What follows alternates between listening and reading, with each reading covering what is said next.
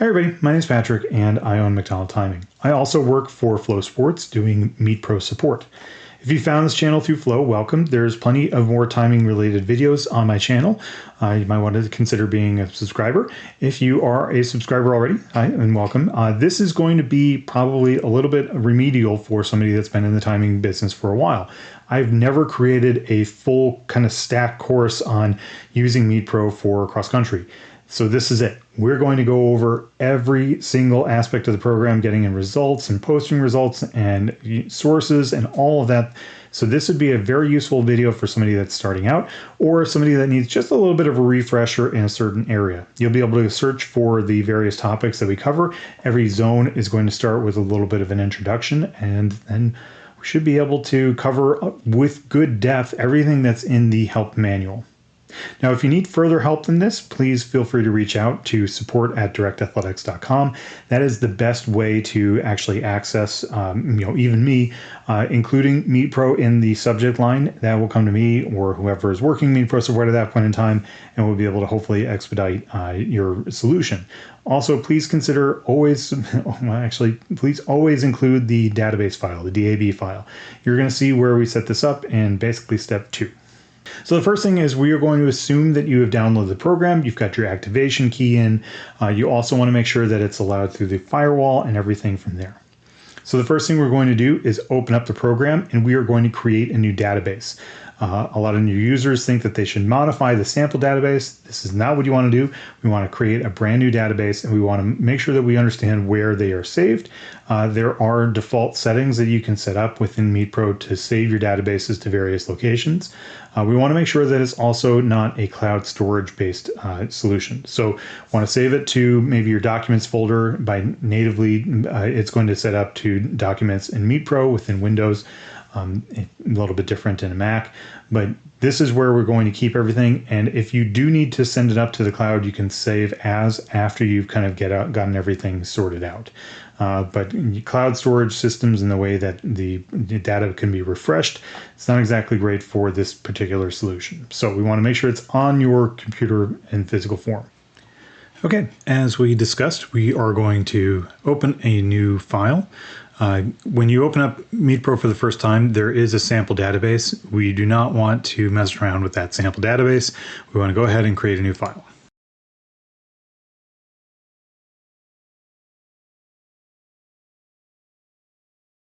And we're going to use a high school database from last year.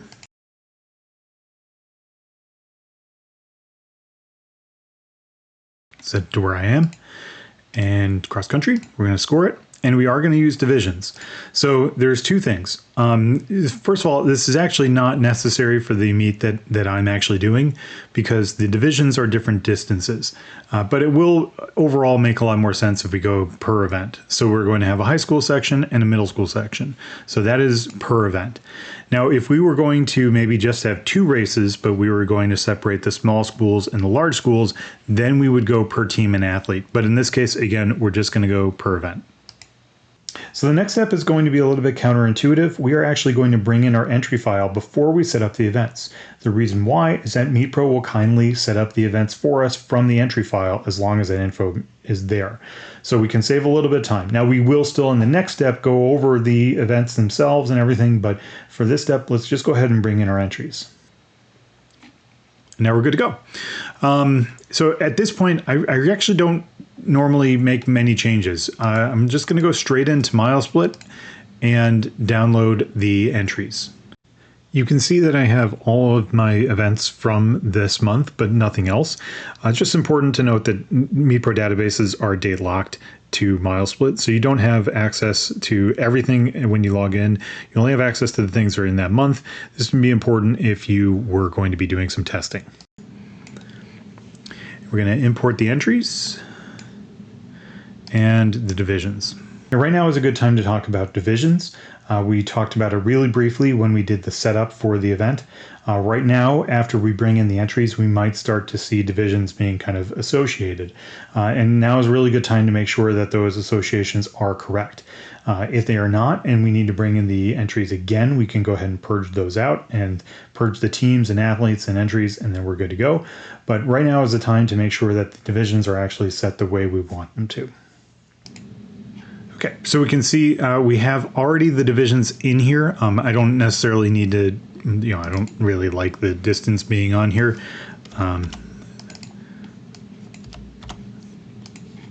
But now the division exists for these different events.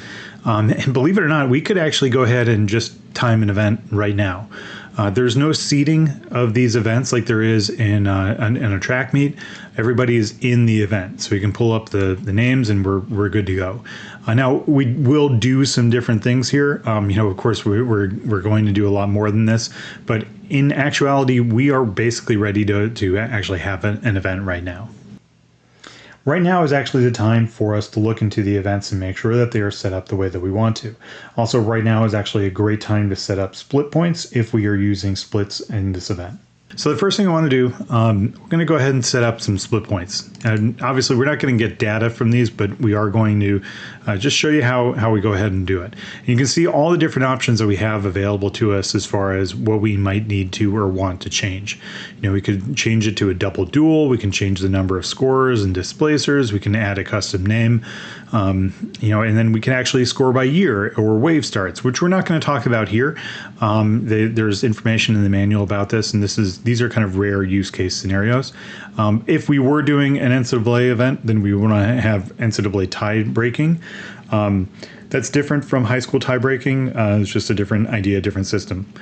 Okay, but again, we want to go ahead and set up some split points. Now we can also set more information. There's kind of other stuff here. If we want to do, say this is going to go off at 8:30 in the morning, and we can add the conditions, the temperature, winds, the starters, go from there. But we're going to do away with that.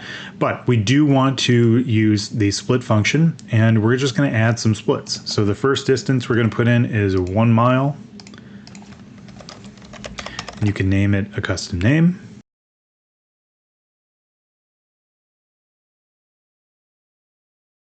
And there we go. Similarly, we can go back to qualifying. If you were doing an event where there was team qualifying to the next round of a championship, you could put in the number of qualifying teams and you could put a symbol in, and then on the results, those qualifying teams and individuals would be noted. So now we want to go ahead and finalize our entries and get ready for the actual event. So we're going to renumber our entries so that they match up with maybe a chip system that we're using. One thing to note, we do not need to seed the events. Okay, there's no seeding with cross country. They're just going to be into the event that they are. So seeding would be something we would do in track and field. We're not needing to do that for cross country. So the next step for me is actually to go in and deal with competitor numbers. And we have all the teams here. We can go through and very cleverly change around and put people in, but I'm just going to do something really basic. We're going to start at 101. We're going to do all the athletes. The only athletes in this database are ones with entries. There's obviously no relay athletes because it's cross country. And yeah, but these are some options that would be good for track season, but they are not necessary here. So we're going to go ahead and assign competitors. Okay, now when we go to the competitors tab, you're going to see we're going to have everybody lined up by team. They would not be before necessarily, just kind of come in a little bit more randomly. Now the process for direct athletics is going to be very, very similar to MileSplit. In fact, it's almost going to be identical. You log in and you bring in the athletes' names, and then you're good to go. TFers, this is here, and there's times where you might use this if you were doing a college event or potentially depending on where you're located. But if you pull your entries from direct athletics for a collegiate event, you want to then post your entries back to Direct Athletics for a collegiate event. TFERs would be used if you downloaded the TFERs numbers for an individual event. I've only done it maybe once before for a very, very small dual meet for colleges, and then I posted via TFERs. It's not something that's going to be commonly used. So now from here, before the event, I would be creating rosters and creating a PDF of roster names to send to coaches, and with all the competitor numbers on there. But otherwise, we're completely ready to go into interfaces and discuss actually timing the event. So now is the time for results. And it's really complex because there's so many choices that you have. Most people are going to be comfortable using finish links or a chip system, and that's the majority of what we'll find in the interfaces menu. So now would be the time to go ahead and create your finish link start list and then set up your results and everything. I do have a couple of tips and tricks for that to bring in results super fast into MeetPro, but also interfaces with chip systems. I can't go over every single one myself because I don't have them here or I've not used them myself, but you can find more information in the manual, which is in the help menu. But the basic idea with all of these things is that MeetPro is looking for a data source, and that data source has names and times and places, and those are being brought into MeetPro and then parsed. When it comes to finish links, they're looking for an LAF file. The chip systems, when connected directly to MeetPro, you are looking for an address, an IP address of the reader, and the port that it's outputting that information to. It's a relatively simple situation, but you'll want to make sure that all of these things are on the same network, that they all have the right IP address ranges so that they are compatible and they're able to communicate to one another. And then overall that you have everything set so that you are ready for some sort of backup plan. Because if you were using just the interfaces menu, if a read doesn't come across because a kid loses their chip on a race, then you'll need to find a way to bring in that information too. And we'll cover that at the end of this by manually adding results. So now we're ready to talk about interfaces. Now I can't speak on several of these because I don't have these systems, so I'm not able to go through and show you the setup for them. What we can do is do iPico and Trident because I'm an iPico user, and then we can do FAT. So FAT would be if we were using a finish links setup, and you can see we have finish links, eagle eye, and flash timing here. They're all ostensibly the same, but the directory is important. The directory is where we're going to save the start list to, and also that's where MeetPro is then going to look on the back end in order to get results. But from the rest of it, really not doing any changes. We can change the name to team code, and that sometimes is helpful. But otherwise, we're really ready to go. So once we click save, the MeetPro is going to then save the files to this directory, and then we can open those in finish links. But we're not going to do that today. What we're actually going to do is iPico Trident. So we're going to start with match bibs and chips, and we're going to come in and find this file. So this file has the numbers and the tags in it. This is actually the same file I use for finish links, so just in case. It's actually very easy to set up MeetPro as a secondary backup program, but it is also helpful to do that kind of before running actually gets going. And we're sending it to first available. This is not going to be necessary unless you're bringing in a second file with second chips. So if you are double chipping your athletes, then you would want to go ahead and maybe do chip 1 and then change it over to chip 2 because you would have a secondary file available. But we're just going to use first available, and then we're going to import. That does mean that when we come in and look for an athlete, we have their chip ID available. Now, when we wanted to actually go in and run an event, we would come into the iPico interface and we would change the event. Now you can see that we have the split points here as well, but we're just going to go to the finish of the 5K. My readers are set to something like this, and then the port. We have some options, but usually we're just going to use 10,000, and we're going to start reading and probably get an error because we're not actually hooked up to a reader. But this is just listening to the reader on this port, and that's basically all that's going to happen. When we get actual, crossings of the athletes at the finish area. They would show up here with their time, and then you would need to make sure that you figure out the gun start. Now, normally then we would be able to come over here and we would see a long list of results, but we don't have that option right now because we don't have any results. We're not actually hooked up to a reader, but that's still okay. Now, one thing we can show here is that we've got plenty of ways that we can get this information. Getting results from links is just looking for the links associated file in the folder that is set up in the interfaces menu we talked about earlier. Getting from iPico would be getting from the iPico interface, but also we can get from an iPico file or a links file, so we can manually navigate to these things. An iPico file can be created by the iPico dashboard. And then we've got from Time Machine and other stuff that's certainly great. But we have a secondary way or tertiary way of getting some information in. If you are just using a chip system, you might have a situation where you have an athlete that finished, but maybe their chip fell off, and so there's no time in the system for them. So let's go and let's find 296 here. And all we need to do to add a line to these is go ahead and type in their competitor number and hit enter, and then they show up, and then you can manually put in a time. And then they're there.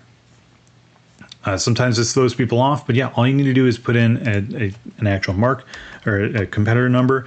If they are for a competitor that is not the right gender, then there you go.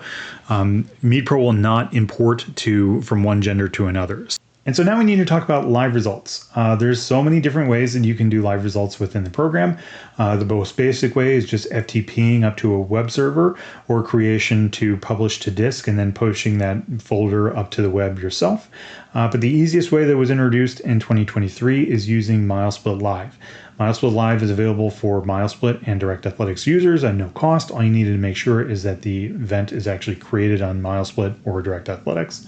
It is my preferred way, so it is the way that we're going to focus on to try to make sure that everybody is aware of how to use it, and it is integrated into MeetPro. It's super easy to do, and it's frankly the way that we're doing all of our events at this point in time. We can come into options, and we can see all the things that we have. We want to have the start times, although we didn't set those up necessarily, so we're going to pull those off. And we don't want to run a scoreboard today. We're not going to do records or badges, and then we're not going to do that because we don't want to actually have that up there. And then that's it. That's all we got to do to set up MileSplit Live. We click save, and then if we had select visible results, they would be going up to the web right now. That's all we need to do. Anytime anything in the Enter Results tab is updated, you're going to find that the live results on MS Live are also updated at the same time. Now, similarly, we have upload to web, S3, FTP, and publish to disk. These things are all available as well. In this case, let's do publish to disk, and we're going to go to setup, and then we can find where we want to actually save these, and then we can manually push these results ourselves to the website. So this is Future Patrick from editing this video, and I've realized that I'm not spending enough time discussing MileSplit Live. So I'm going to create a separate video for MileSplit Live results, and the reason why is pretty sound, I guess. It's that MeetPro has been around for over 10 years now. It's relatively stable, but the last year has seen the introduction of MileSplit Live and native MileSplit features to MeetPro. That's where a lot of the stuff has been happening, and consequently the MileSplit Live results have been the most worked on thing. So I can put out a video right now related to what MileSplit Live scoring does online, but I know that that's actually going to change as they're prepping for a new release in just the next few days or next week even. So what I've done is I've gone ahead and created a video. It's linked in the description below. There's a lot of videos that are going to be linked below, but the top one is going to be the most updated video related to MileSplit Live scoring for cross country. So that video could be updated over the years. So if you're watching this and it's not 2024, you might go ahead and check again because that will be the place where we update it. It's only mentioned briefly here as something that's available. I will say it's what we use. It's what my company uses. I use it and I am a big fan of it. But I know that there's going to be some changes and certainly improvements in the next few years. And I don't know what they're going to be. So that's where to go and get that information down below. The next thing is to talk about Scoreboards, something I know quite a bit about. So we're going to cover a couple different ways. Result TV and DisplayWorks are ostensibly the same exact pattern, and then we're going to set up MileSplit Live Scoreboard. Also in the interfaces, we can talk about Scoreboards. We have MileSplit Live Scoreboard, Daktronics, and Result TV. Also working in Result TV is DisplayWorks. Okay, so I've changed over to a database with some actual results in it so that we can show off some of the scoreboard options we have. So we're going to Scoreboards, Result TV. I've got an instance of DisplayWorks currently operating. Here we go. This is the test data that's in the program. I change the line height, and then I'm going to just select the finish for the men. Save and start. And of course, that's actually the test data that I was using. So yeah, but you can see this will now scroll through the results, no problem. We've set the IP address and the port. This is running on the same computer, so it's 127.0.0.1. Port number for DisplayWorks and MeetPro is 45999. And this will continue to scroll event results.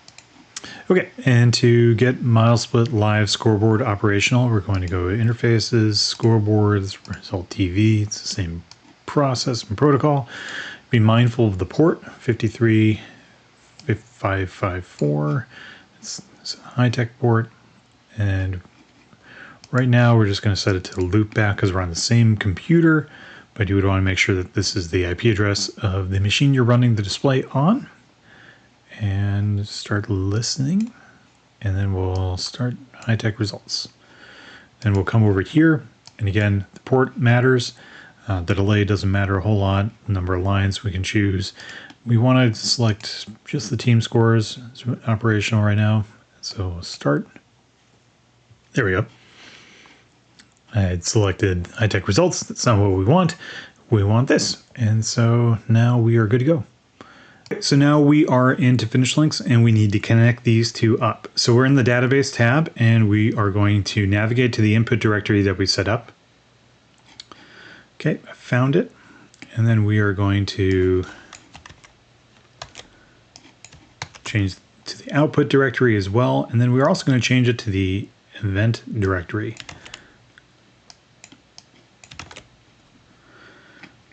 Okay, and then we're going to leave all these other things alone. And if we were going to connect it to an IPCO reader, we would need to set it up here and deal with the serial port or the IP address of the reader. But I'm not going to do that.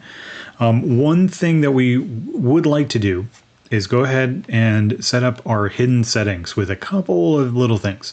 So we're going to go into the file menu and I'm holding Option and Control at the same time as I select options for like the most rapid updating of results. Is we go into database and then we go into LIF and we set the autosave to a number. In this case, I've got it set to 0, which is not what I actually want, but basically I want to set it to about every 5 seconds. Every 5 seconds, whatever is happening in finish links will go ahead and be saved. And then we can set up MeetPro to automatically intake these results. And so you're essentially going to have more or less live updating from finish links into MeetPro and then from MeetPro to your live results. And so the event is done and now we need to deal with results. So of course we've got in the reports menu a PDF or a text file way that we can post results for coaches or people following along. But we really want to focus on making sure that we understand the pathway to getting results to MileSplit and Direct Athletics, and also TFers kind of therein. So the last thing to do is we need to find a way to post results. Now, if you are using Direct Athletics or MileSplit or TFers, you would want to go ahead and log in and then upload the results to the various sources. Whatever you used for your registration, that's where you would want to post it back to. One thing that confuses people who might be timing a collegiate event for the first time is that they go ahead and log in to Direct Athletics because that's where the entries were done, and then they think they need to log into TFers and then upload to there. But the reality is you just upload it straight back to Direct Athletics. And again, same thing with MileSplit. If your registration was done on MileSplit, if maybe a junior high or high school event, you'd want to go ahead and log in and post them back to MileSplit. There are other ways that you can find and post results. First of all, you can export results doing to a semicolon file or an LFF file. You can do it for individual teams. Similarly, you can go ahead and create a results report. And you can create an output of PDF, HTML, or text. And then you have all sorts of different options that are available to you as well. And this is, again, pretty self-explanatory. And then you've got a text file. So we're done. Now, this should provide coverage for about 98% of events that are held on a regular basis. There are some more powerful things that you can do with the program, but they're definitely more rare. Things like wave starts or scoring by year, things like that. If you have any questions or need help with your setup for MeetPro, feel free again to write at support@directathletics.com. Make sure you put MeetPro, one word, in the subject line, and then include the database file and all the relevant information. Thank you for watching. Best of luck with your events.